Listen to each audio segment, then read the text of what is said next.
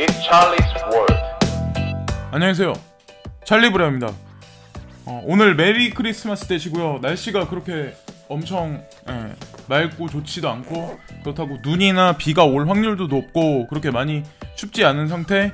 그리고 가장 중요한 건 크리스마스가 크리스마스 같지 않게 요즘에 계속 해가 갈수록 그런 것 같아요. 그리고 예전에는 케이크도 되게 많이 사 먹었던 것 같은데 케이크 같은 거 판매하시는 분들도 매출액이 되게 많이 줄었을 것 같고, 어쨌든 중요한 건 점점 어떤 그런 의미가 퇴색돼 가고 있다. 명절 같은 것도 마찬가지로 좀 약간 예전보다 그런 것 같고요. 중요한 건 우리는 크리스마스가 어쨌건 저쨌건 암호화폐 투자를 해서 나중에 잘 먹고 잘 살고 어떤 긍정적인 미래에 살면 저는 된다고 생각을 해요. 어쨌건 중요한 건 그렇죠. 제가 이제 원래 이런 거는 말씀을 잘 안 드리는데, 차트 같은 거는 개의 그래프를 말씀을 드리면서 제가 이제 개인적으로 제가 생각하는 거랑 이제 덧붙여가지고 같이 말씀을 드리려고 해요. 그래서 어떤 시기에 관해서, 그리고 어떻게 나아갈 것 같은가에 관해서 제 개인적인 어떤 예측이 들어가 있고, 이 차트를 그린 사람이 사실은 프랙탈로 그린 사람이 이제 트위터 상에서는 이제 아시는 분도 있고 국내 분들은 모르시는 분은 되게 많거든요. 그래서 대부분의 분들은 뭐 유튜브 상에서 혜진이나 아니면 그분이나 아니면은 HTC인가? 그분도 있죠? 국내 이제 차트 그리신 그분 거 많이 보시는데, 저는 이분 거를 조금 많이 보거든요. 그래서 이분 거를 이제 소개를 드리면서 이제 말씀을 드리려고 하는데, 어떤 전체적인 큰 거시적인 그림에서 바라보면 조금 더 재밌을 것 같아요. 그래서 여기 보시면 이제 이게 이더 차트거든요. 근데 여기 보시면 녹색으로 이제 네모칸치인데 조금 많이 올라갔잖아요. 갑자기 가파르게. 근데 이게 요즘 구간을 나타내는 거고, 2019년을 사실 넘어가진 않은 상태잖아요. 그리고 내년 2019년 1월 16일 날 콘스탄티노플 그게 이제 완전히 공식화돼가지고 발표를 하게 될 텐데, 그게 이제 가격에 어느 정도 영향을 미칠지는 모르죠. 근데 중요한 거는 이분이 예상하시는 거는 1월달 정도, 2월달, 예를 들어서 그때까지는 1월달 말이나 한 그때까지는 어느 정도 이더가 갈 거라고 이분 같은 경우는 예측을 하시는 것 같아요. 근데 중요한 건 뭐냐면, 제가 말씀드리고 싶은 건 뭐냐면, 이제 2019년도 지금 보시면 2019년에서 들어가면서는 이제 메이까지 보면은 어느 정도까지는 상승을 하고, 근데 이게 상승한다는 의미가 뭐냐면, 이더가 상승한다는 의미는 사실은 알트코인들도 어느 정도 사토시가로 어느 정도 올라갈 거라는 걸 얘기하는 거거든요. 근데 이거는 BTC가 상승한다는 의미를 말씀드리는 건 절대 아니에요. 오해는 하지 마시고, 중요한 건 그래서 요즘에 사토시가로 올라가서 비트 개수가 예전보다는 조금이라도 많이 늘으셨을 거예요.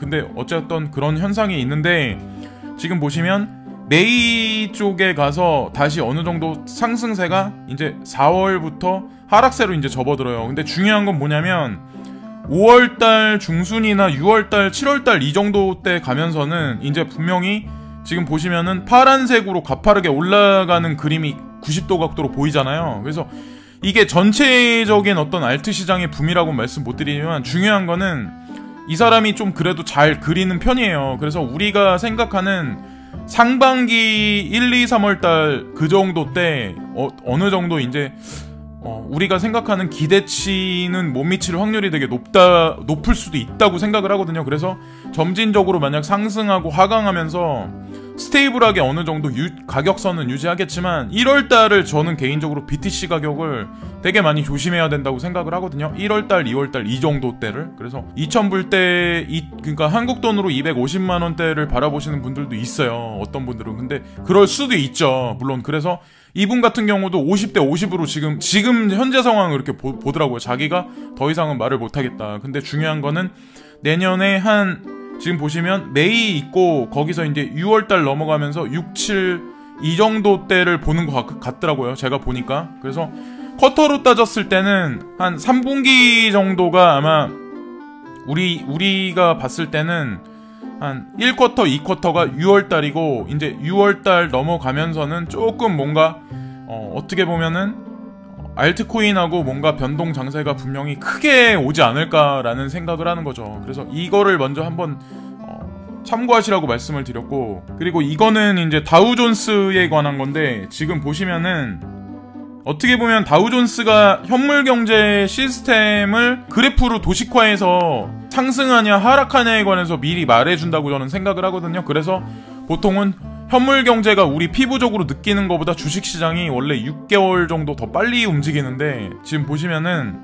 어느 정도 리치를 찍고 이제 점점 하강을 하는데, 지금 보시면은 엄청나게 하락할 확률이 되게 높아요. 그래서 뭐 어떤 분들은 이제 지금 정고를 찍고 내년으로 넘어가면서 이제 30% 정도 하락할 거라고 말씀하시는 분도 있거든요. 그래서 이거는 제가 말씀드린 건 미국이 망한다 뭐 이런 걸 말씀드리려는 게 아니라, 현물경제 시스템이 그만큼 지금 어떻게 보면 위태로운 시기에 접어들었다. 그래서 이분도 다우에 관해서는 이런 식으로 이제 예측을 하셨어요. 지금 끝에 쪽에 보시면은 파란색으로 이제 꺾여 있는 그래프 보이시죠? 그래서 저는 이런 거 보면서 사실은 참고도 간간히 하긴 하거든요. 제가 바라보는 이제 기사들 말고 참고하시면 괜찮을 것 같고, 이건 이제 알트코인 페어에 관한, 어떻게 보면 알트코인 전반적인 거에 관해서 이제 말을 하는 건데, 여기 보시면은 2019년 들어서는 지금 보시면은 2018년 초반부터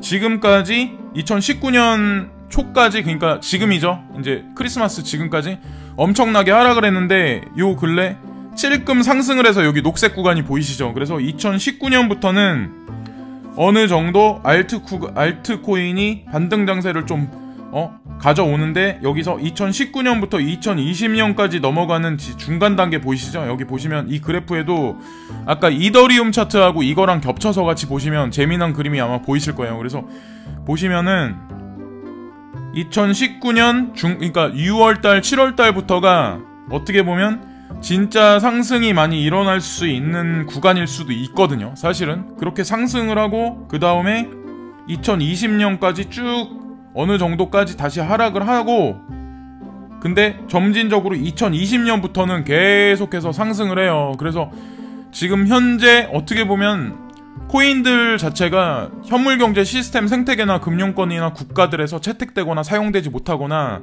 개발진들도 약간 미비한 그런 게 되게 많지만, 중요한 건 기관이 이쪽에 OTC 시장을 떠나서 ETF, 그러니까 비트코인 ETF가 내년 상반기에 승인이 만약 미뤄질 수도 있겠지만, 그것과 아마 동시다발적으로 여러 가지 그림들이 아마 2020년 구간까지는 계속해서 상승을 할 거라고 이제 예측을 하는 거죠. 그래서 그런 사람들이 되게 많아요. 그러니까 어떤 거냐면, 이러다가 뭐 사라지지 않냐, 1년만 있다가 대다수의 코인은 사라질 거다라고 말씀하시는 분들이 있는데, 얼마나 많은 다채로운 이런저런 생태계나 경제 그런 게 있어요. 국가도 전 세계에 있는 게 얼마나 많고, 얼마나 많은 인종들이 있고, 언어도 다 틀리고 그런 게 있어요. 그걸 어떻게 한꺼번에 다 그러니까 몇 개 안 되는 코인 같아 어떻게 그걸 다 통제를 시켜요. 통화를 그거 단일화시키고, 그거는 차후 문제고. 그래서 지금까지는 뭐 차트를 보고 어떻게 될 것 같다는 어떤 그런 어떻게 보면 너무 거시적일 수도 있고 맞을 수도 있고 틀릴 수도 있지만, 제가 그거를 보고 말씀드린 거는 조금 한 발 물러나서 생각을 하고, 만약에 매수를 하실 분들도 조금 구간 자체를 조금 늘려서 보셔야 된다는 거죠. 그러니까 뭐 일주일 상간을 보셨던 분은 한 달 구간으로 보셔도 되고, 약간 그렇게 봐야 되지 않을까라는 걸 생각을 하는 거죠. 근데 점진적으로 가더라도 아마 예전 전고 몇 배 이상은 갈 확률이 되게 높다는 거죠. 2020년, 2021년 뭐 이런 식으로 쭉 가면서는.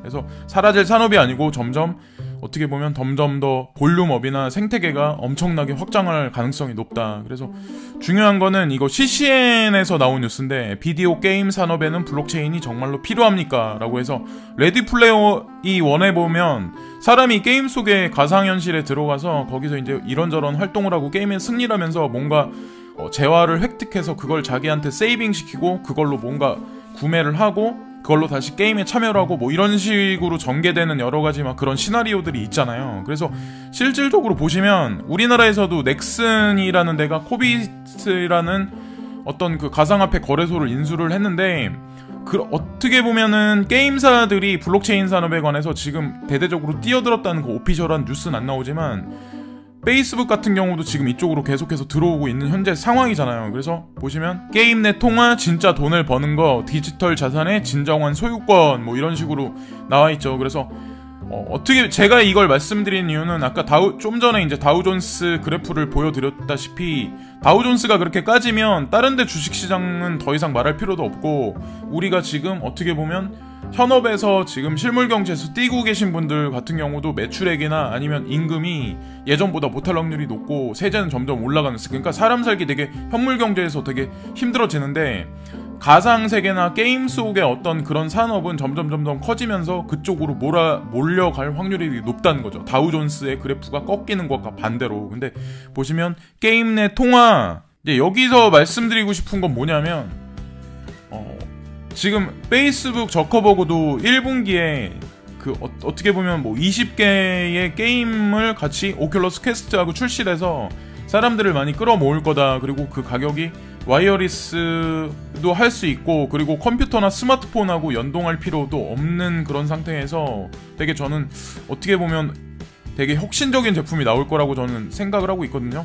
근데 그런 것과 마찬가지로 이런 게 어떻게 보면 암호화폐의 분명히 반향을 일으킬 거다라고 저는 생각을 하는 거죠. 그리고 아마 이 뉴스가 코인리스에도 나왔을 텐데 전 세계에서 가장 많은 지지를 받고 인지도가 급상승한 게 예전에 사실 폴로니엑스였는데 지금은 이제 바이낸스거든요. 그래서 바이낸스는 조명 규제에도 불구하고 가장 신뢰할 수 있는 암호화 교환이라고 이렇게 나와요. 그래서 뭐 국내 분들 제 방송을 시청하시는 분들 중에도 바이낸스를 사용하시는 분들이 되게 많을 거예요. 그리고 서비스도 되게 빠르게 어떻게 보면 그 고객이 요구하는 걸 처리해주는 게 되게 유명하거든요. 근데 폴로니엑스는 직원을 예전보다는 많이 구하긴 했겠지만 되게 느리잖아요. 처리해주는 게. 근데 어떻게 보면 바이낸스가 내년에 싱가포르에서 1월달에 개최된 대규모 컨퍼런스가 있는데 그때 뭐를 발표할지는 저도 되게 궁금하거든요.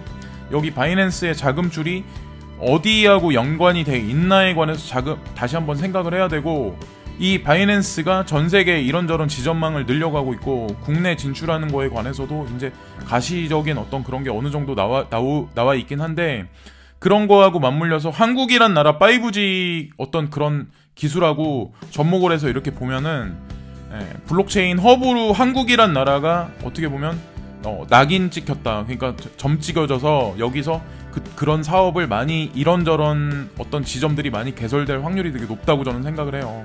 그래서 프리미엄도 우리가 생각하는 프리미엄이 다시 극적으로 발생할 확률이 높은 게 한국부터 아마 일어날 확률이 되게 높다는 거죠. 다른 나라가 아니라.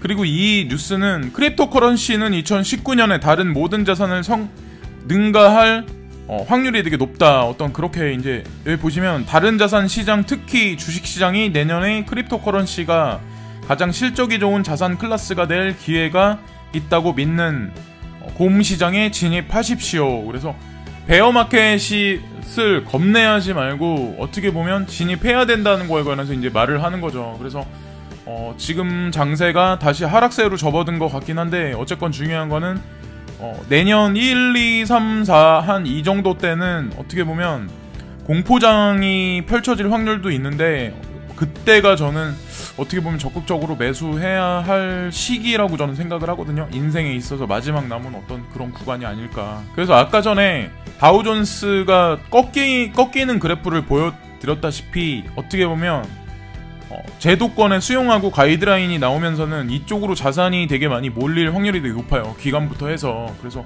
그거는 뭐 제가 어떤 개인적인 예측이기 때문에 판단은 각자가 해야죠. 그리고 이 뉴스도 이제 해외 외신 CCN에 나온 건데 한국금융연구원 이사 크립토 커스터디는 급속한 성장의 열쇠입니다. 그래서 5만원권하고 지금 비트코인하고 이렇게 겹쳐가지고 오버랩 시키면서 여기 사진에 나와 있긴 한데 한국금융연구원 소장 최공필은 해킹에 대한 두려움을 없애고 시장 성장을 촉진하는 데 암호 보관이 중요하다고 전했다. 한국금융연구원은 정부와 금융정책을 연구 및 평가하여 금융 부분을 강화하기 위해 협력하며 비트코인 및 기타 암호화 지갑에 액세스하기 위한 공개키 관리가 부담스럽고 일반 투자자에게는 어렵다고 강조했다. 그러니까 아직까지는 괜찮은 걸 알지만 아직까지는 일반 분들이 관심 없는 분들이 이 시장을 되게 쉽게 접근하기가 모호하다는 거죠. 사실 그래서 그런 거에서 말해놓고 그리고 크립토 커스터디가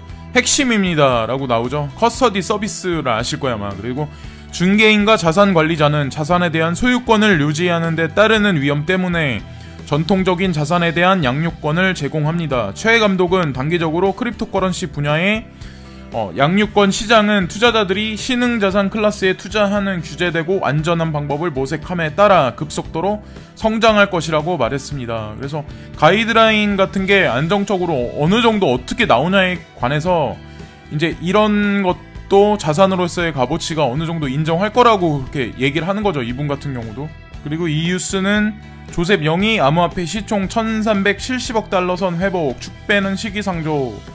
유명화폐 애널리스트 조셉 영이 트위터를 통해 지난 10일 동안 암호화폐 시장의 전체 시가총액이 지속적으로 증가하며 1000억 달러에서 1370억 달러까지 회복됐지만 지난 11월 2200억 달러 수준까지 약 60% 증가해야 한다며 아직 기뻐하긴 이르다고 평가했다라고 이런 식으로 예측을 했는데, 어떻게 보면 폭락한다고 생각하시는 분들, 그리고 여기서 시장이 끝날 거라 생각하시는 분들이 있지만, 제가 아까도 이제 초반에 차트를 보면서 말씀을 드렸지만 어느 정도 그런 그림이 나오면서 중장기적으로 되게 오랫동안 상승 확률이 되게 높거든요. 왜냐면 하락세가 이렇게 길어지면, 그러니까 지금 올해 1년 그리고 내년 상반기까지면 거의 1년 반 정도를 넘어간다면 그게 아마 차후에 3년, 4년, 5년 동안 상승할 확률도 있거든요. 분명한 거는. 그래서 진짜 스캔코인 아니면 홀딩 하시거나 계속해서 분할 매수 하셔도 제가 봤을 때는 다른 일반적으로 우리가 투자하는 부동산들이나 주식이나 이런 것보다는 충분히 가능성이 훨씬 높다고 생각을 해요. 부를 축적하기 위한 어떤 그 방편의 하나로. 그래서 어떻게 뭐 화이트 크리스마스도 아니고 찌뿌연 하늘에 지금 크리스마스 같지 않은 크리스마스이긴 하지만 시세도 별로 그닥 재미가 없고, 근데 중요한 건 끝까지 희망을 버리지 마시고 조금 한 발 물러나 차분한 마음으로 계속해서 지켜보시고 관심을 가지시고 지속적인 어떤 타이밍적으로 봤을 때 분할 매수를 지속적으로 점진적으로 조금 구간을 늘리신 상태에서 하신다면 그래도 인생에 있어서 커다란 축배를 막판에는 보지 않을까, 그 맛을 보지 않을까라는 생각을 합니다. 그 말씀을 끝으로 이번 방송은 마치겠습니다. 오늘도 좋은 하루 되시고요. 다른 방송에서 또다시 뵙겠습니다. 감사드립니다.